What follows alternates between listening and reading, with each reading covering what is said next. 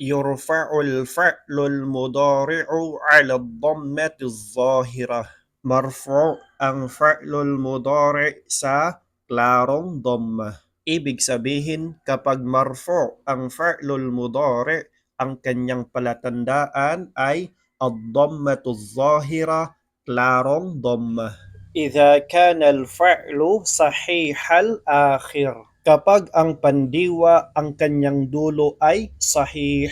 Ang tinatawag na sahih ang dulo ay laysa akhiruhu harfan min hurufil illah. Ibig sabihin, ang kanyang dulo ay hindi kabilang sa mga huruful illah, mga huruf na sakit. Wahiyal alifu wal wawu wal ya'u. At ang tinatawag na huruful illah, ito ay ang alif, ang waw at ang ya. Sa madaling salita, kapag ang pandiwa, ang kanyang dulo ay sahih, hindi kabilang sa huruful illah, hindi alif ang dulo, hindi waw ang dulo, at hindi ya ang dulo, ang pag-i'rab sa fa'lul mudari ay ad-dhammatu zahira, klarong dhamma. Misla halimbawa, yaktubu Muhammadun darsan. Sumusulat si Muhammad ng aralin. Ang pag-i'rab ng yaktubu,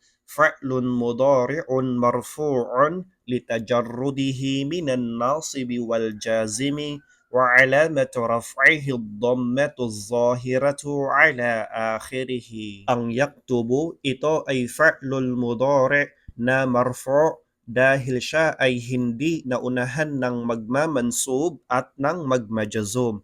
At ang alamah, palatandaan ng kanyang pagiging marfu' ay ang klarong dhammah sa kanyang dulo. Bima'na, kapag ang fa'lul mudari' ay hindi naunahan ng magmamansub at hindi naunahan ng magmajazum, ang pag-i'rab sa fa'lul mudari' ay marfu'. At kapag ang fa'lul mudari' ay sahihul akhar, ang dulo ay sahih, bima'na wala siyang sakit.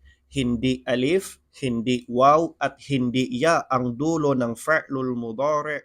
Ad-dhammatu zahira, klarong dhamma ang kanyang alamah, ang kanyang palatandaan kapag siya ay marfu'. Wallahu a'lam.